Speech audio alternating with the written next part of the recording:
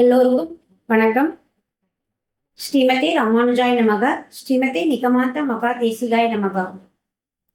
இன்னைக்கு குழந்தைங்களுக்காக ஒரு சின்ன கதை சொல்லலான் இருக்கேன். குழந்தைங்களுக்கெல்லாம் கதை கேட்கறதுனா ரொம்ப பிடிக்கும். ஆனா கதை சொல்றவாதான் யாரும் இல்லை. ஆனா இன்னைக்கு குழந்தைங்களுக்கு ஒரு கதையை சொல்றேன். பெரியவங்களாங்க நீங்க இந்த கதையை அவங்களுக்கு முதல்ல போட்டு காமிங்க. நிச்சயமா அவங்க என்ஜாய் பண்ணுவாங்க. அவங்க சந்தோஷம்தான் உங்க சந்தோஷன்றது எனக்கு தெரியும். இன்னைக்கு ஒரு மாரல், அதாவது நமக்கு ஒரு வாழ்க்கைக்கான ஒரு படிப்படியை சொல்லக்கூடிய ஒரு கதையை இன்னைக்கு நான் சொல்ல போறேன். இந்த நிறைய பேருக்கு இந்த கதை தெரியும்.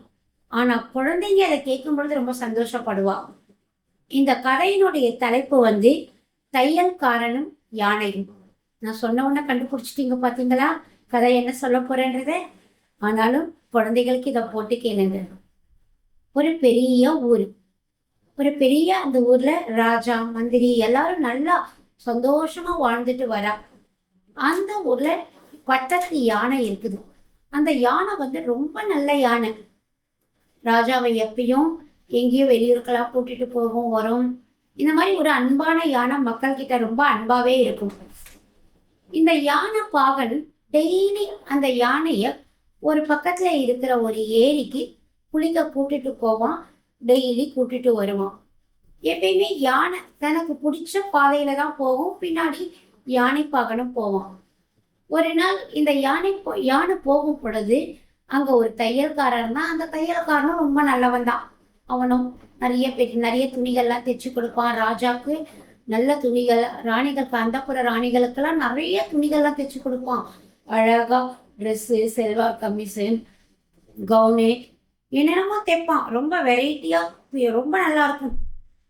நல்ல பெரிய கடை வேற. அந்த கடை வழியா போகும். அங்க ஒரு பெரிய கண்ணாடி இருக்கும்.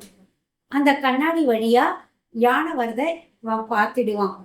அந்த யானை வரத பார்த்தவொன்னா அவனுக்கு அந்த யானையை கண்டா ரொம்ப பிடிக்கும். டெய்லி அந்த யானைக்கு 2 வாழைப்பழத்தை கொடுப்பான். அந்த யானையும் அந்த 2 வாழைப்பழத்தை வாங்கிட்டு அவனுக்கு ஒரு ஆசீர்வாதம் பண்ணிட்டு அந்த போயிட்டு வரும். திருப்பி வரும் பொழுது வருவான். திருப்பி அதுக்கு ஒரு 2 வாழைப்பழம் கொடுப்பான். இதே மாதிரி அவங்களுடைய ஃப்ரெண்ட்ஷிப்பு ரொம்ப நாளாக போயிட்டு இருக்குது. யானை பாகனுக்கு தெரியும், யானை எப்பயுமே இந்த இடத்துக்கு வந்தா நிற்கும். அதுக்கு வேண்டிய பழத்தை அவன் கொடுப்பான். அதை வாங்கிக்கும். இதெல்லாம் நினச்சிட்டு யானை பாகனும் அதை பற்றி ஒரு பெரிய இஷ்யூ ஆக்காம போயிட்டு இருப்பான். ஒரு நாள் அந்த தையல்காரனுக்கு ஒரு பெரிய கர்வம் வந்துடும். பார்த்தியா, பெரிய பட்டத்து யானை என் கடை வாசல்ல பிச்சை கேட்குது அப்படின்ற ஒரு திமிர்த்தனம் அவனுக்கு வந்துடும். இந்த திமிர் வந்தாலே மனுஷங்க என்னைக்குமே கவுந்துடுவாங்க. அதே நிலைமைதான் இன்னைக்கு அந்த தையல்காரனுக்கு. இந்த யானை அவனை ஒரு ஃப்ரெண்ட்லி அப்ரோச்சா தான் இருந்தது. ஆனா தன்னுடைய திமிருன்றதால அந்த தையல்காரனுடைய நிலைமையை இப்ப பாருங்க. தினமும் போல இந்த யானை அந்த கடை வழியா போச்சு. தன்னுடைய தும்பிக்கைய நீட்டித்து அவன் என்ன பண்ணான், கையில துணி தைச்சிட்டு இருந்தான். கையில ஒரு ஊசி இருந்தது. அந்த ஊசியில எடுத்து, உனக்கு பழம் வேணுமா அப்படின்னா. அந்த யானைக்கும் தெரியல. ஆமா ஆமான்னு தலைவாட்டிச்சு. இந்த ஒரு பழம், இந்த 2 பழம் 2 வாட்டி குத்திட்டான் ஊசியில, யானையுடைய தும்பிக்கையில. யானைக்கு ரொம்ப வலிக்கிறது. ஆனாலும் சரி வேண்டாம், ஏன்னா அது ரொம்ப நல்ல யானையாச்சே. அதனால வாயை திறக்கல. வாயை மூடிட்டு அந்த வலியோடையே போச்சு. ஆனாலும் அதுக்கு மனசுலலாம் யோசிச்சுது, இத்தனை நாளா நம்ம கிட்ட இவ்வளவு அன்பா இருந்தானே, இன்னைக்கு என்ன ஆச்சு இவனுக்கு அப்படின்னு யோசிச்சுட்டே போச்சு. ஆனாலும் நம்ம யாருன்றத காமிக்கணும். நம்ம அமைதியா இருக்க நாளைக்கு பெரிய கரண்டிலேயே குத்துவான், நாளன்னைக்கு பெரிய ஊசியிலே குத்துவான்.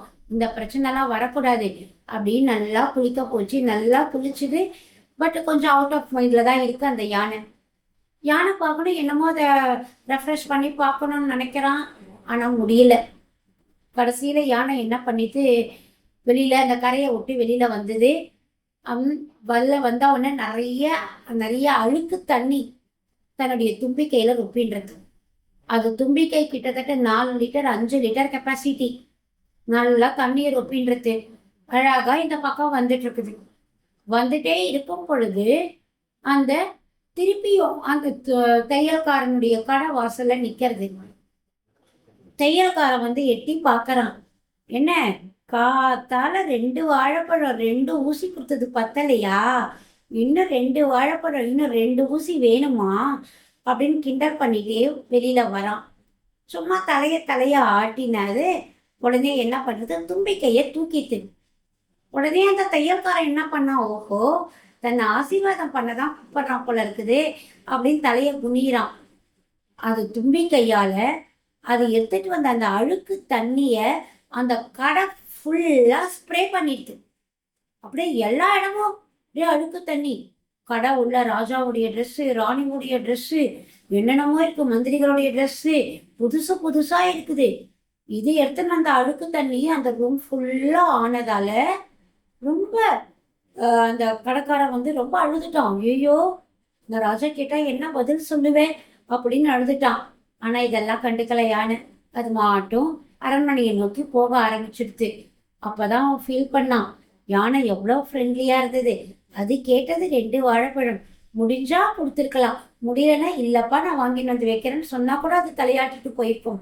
ஆனா நான் ஊசியில குத்தினா பாரு, அந்த ஊசியில குத்தின அந்த வாயில அந்த ஜீவனை நான் ரொம்ப கஷ்ட கஷ்டப்படுத்திட்டேன்.